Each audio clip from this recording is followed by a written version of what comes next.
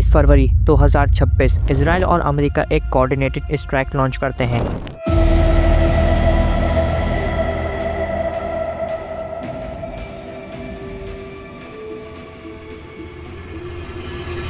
जिसे operation epic fury कहा गया, जिसमें तेहरान, तबरेज और इस्फहान जैसी मेजर सिटीज को निशाना बनाया जाता है। एक स्कूल को भी निशाना बनाया गया जहां 100 से ज्यादा बच्चियों को मार दिया गया।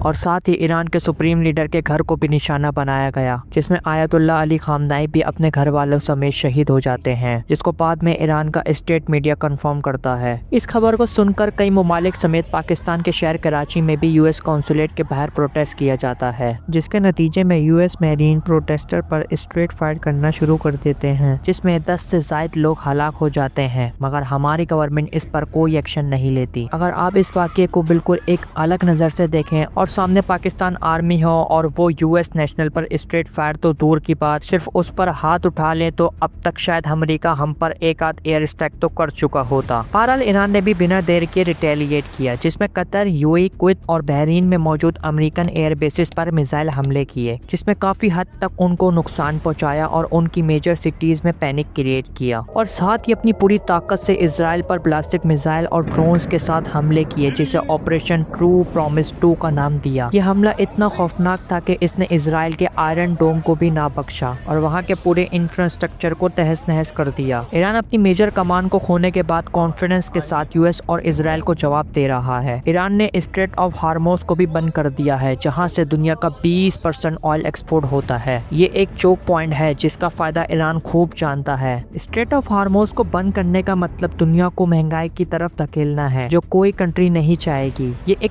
ऐसा स्ट्रेटेजिकल मूव है जिसका अंदाजा हमें कुछ वक्त बाद नजर आएगा। ईरान ने रेडियो मैसेज पर सारी कार्गो और कमर्शियल शिप्स को वार्न कर दिया है और वहां अब भी दर्जनों शिप्स फंसी हुई हैं, जिनका रास्ता ईरान की नेवी ने रोका हुआ है। ईरान पर अमेरिका का हमला एक रिजीम चेंज प्लान था, जिसमें वो कामयाब हो भी गया और नहीं भी। 25 फरवरी को इंडियन नेवल एक्सरसाइज ऑर्गेनाइज करता है, जिसका नाम मिलन 2026 रखता है, जिसमें रशिया और अमेरिका जैसी 74 कंट्रीज पार्टिसिपेट करती हैं और इसमें ईरान भी शामिल होता है अपने वारशिप IRIS के साथ, जिसमें 180 डिसआर्मेड क्रू मेंबर थे। मगर जब वो वापस जा रहे होते हैं तो यूएस ने श्रीलंका के करीब अपने टॉर्पीडो से इसकी शिप को उड़ा दिया, जिसमें से 32 लोगों को सिर्फ श्रीलंका नेवी बचा पाई, बाकी मारे गए। इनमें से कुछ की बॉडी मिल गई है और कुछ की नहीं, और यूएस खुद ही इसको प्रमोट भी कर रहा है। और हैरत की बात तो ये है कि इंडिया, जिसने इनको इन्वाइट किया था फॉर नेवल एक्सरसाइज, वो अभी तक खामोश है, क्योंकि जब स्पेन ने सिर्फ इतना कहा था कि हम अमेरिका की इस जंग से कोई ताल्लुक नहीं रखते और ना ही हम अपनी बेसिस को यूज करने देंगे। Learn from history and cannot play Russian roulette with the fate of millions of people. तो ट्रम्प ने उनको ट्रेड खत्म करने की धमकी दे दी थी। Like Spain has been terrible.